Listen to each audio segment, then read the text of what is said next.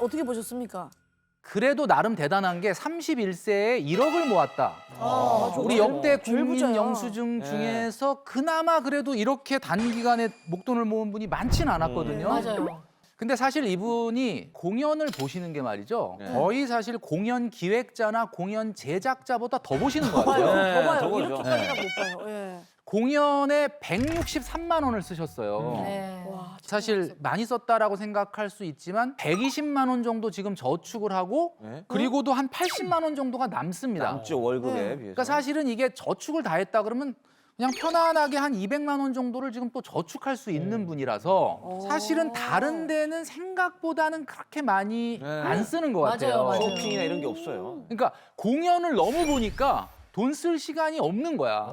왜 바쁘면 돈 쓸 시간이 없는데. 친구 만날 시간도 없고 친구 만나서 밥 그래서 사고 이런 시간이 없는 거야. 이 31세에 460만 원 이거 절대 적은 소득이 아니거든요. 맞아. 460. 조금만 공연을 줄이고 허리띠를 졸라매면 이분은 정말 빨리 목돈을 모을 수 있는 분이다라는 희망적인 좀 이야기를 하고 싶습니다. 그동안 특히 사회초년생이라고 하면 초반에 돈을 열심히 모아서 목돈을 만들어야 된다 이런 것을 계속 강조해 왔거든요. 자꾸 이렇게 단기간에 목돈을 자꾸 모으라고 하는 이유가 뭐냐라고 얘기하시는 분들이 많이 있습니다. 여러분 비행기를 한번 생각해 보십시오. 가장 연료를 많이 소모하는데 거리를 많이 못 날아가는 그러니까 비효율적인 구간이 언제인지 아십니까?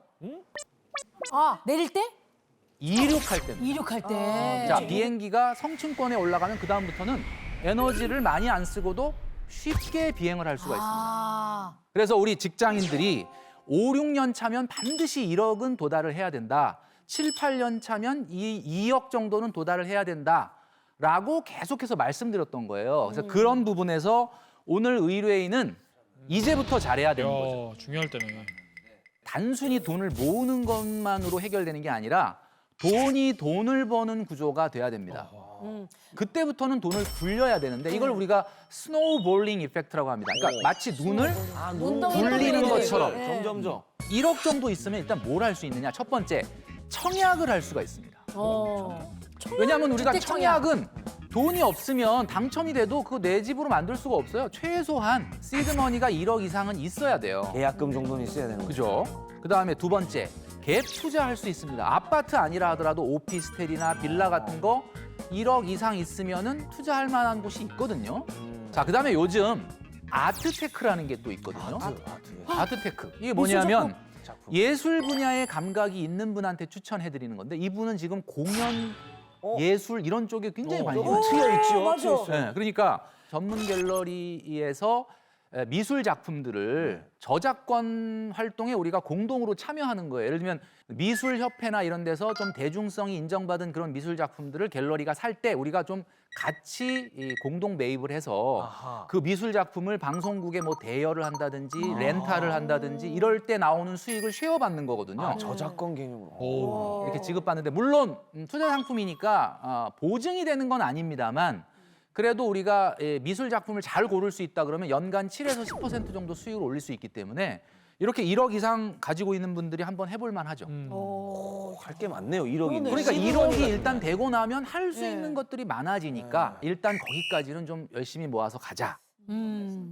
자, 왜 공연을 좋아하시는 분이거든요. 네. 뭐 혹시 뭐 이렇게 미덕들, 연미덕들 하는 뭐 투자법 이런 건 없습니까? 보통 이제 공연 문화가 굉장히 잘 돼서 뭐 대박이 난다 이랬을 경우에는 공연 결제 회사 주가가 뭐 관련주다 뭐 이렇게 갈 수도 있어요. 아. 근데 이게 막 실제로 그 매출이 그렇게까지 막 많이 올라가진 않을 건데 이게 분위기라는 게 갑자기 또 그렇게 타면 그쪽으로도 올라갈 수가 있기 때문에 이렇게 눈여겨보시는 방법이 있고요. 제가 했던 방법 중에 하나는 이거 뭐냐면 안나 카레니나라는 그 뮤지컬이 뮤지컬이 있었어요. 있어요. 네. 제가 그냥 그걸 보고 나서 그때 영감을 받고 투자를 딱 해버렸습니다. 오, 그 어디에? 시나리오가 뭐냐면은 농경에서 상업으로 넘어가는 시절에 대한 고뇌를 다룬 작품이 안나 카레니나거든요. 그걸 보면서 그때가 2019년이었는데 이런 고민을 한 거예요. 이제 에너지도 구에너지가 있고 신에너지가 있더라고요. 아, 이제 이 갈등이 지금 굉장히 많이 벌어지고 있는 상태여서 내가 이제 신에너지에 투자를 좀 늘려야 되겠다. 이제 그렇게 돼서 저도 그때 영감을 받아가지고 투자를 했었었죠. 공연도 재밌었지만 수익도 재미 좀 그렇죠. 보셨군요. 네, 그래서 제가 요새 습관이 그렇게 된 거예요. 요새 이제 뭐 영화라든가 드라마 보면은 작품에 집중을 해야 되는데 옛날과 다르게 관련주 뭐야 이러면서 관련주로. 그렇게 되겠네. 네. 근데 이제 지금 제가 근데 이 아는 선에서는 이 문합이는 세제 혜택을 받는 걸로 알고 있거든요. 연말 정산에서 아 그래요? 문합이가 이제 어느 정도인지 좀 궁금합니다.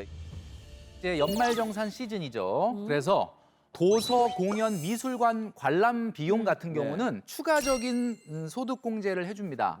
30%를 공제해 주는데 기출 비용의 한도가 뭐 아쉽게도 그렇게 높진 않아요. 100만 원까지 소득공제를 해주거든요. 아, 그럼 2천만 자, 근데 여기서 우리가 소득공제라고 하면 100만 원의 세금을 깎아준다는 뜻은 아니고 본인 소득에서 100만 원을 소득에서 공제하고 세금을 빼는 계산하는 거죠. 거니까 보통 이분의 연봉에서는 아마도 16.5% 세율에 걸릴 가능성이 있기 때문에 얼마 정도 돌려받을 수 있냐 그러면 한 100만 원 정도에서 16.5%한 16만 5천 원 정도를 세금을 돌려받을 수 있는 그러면 이분 기준으로 내 편 볼 수 있는 보면 내 거예요? 편이에요. 내 편을 더 보시겠네요.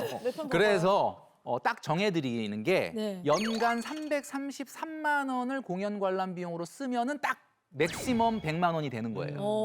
이걸 월로 나눠보면 한 27만 원 정도만 지출하면은 충분히 이제 소득공제 한도 100만 원 채울 수 있으니까 그 정도를 하면은 좀 좋지 않을까라는 27만 원. 생각을 합니다.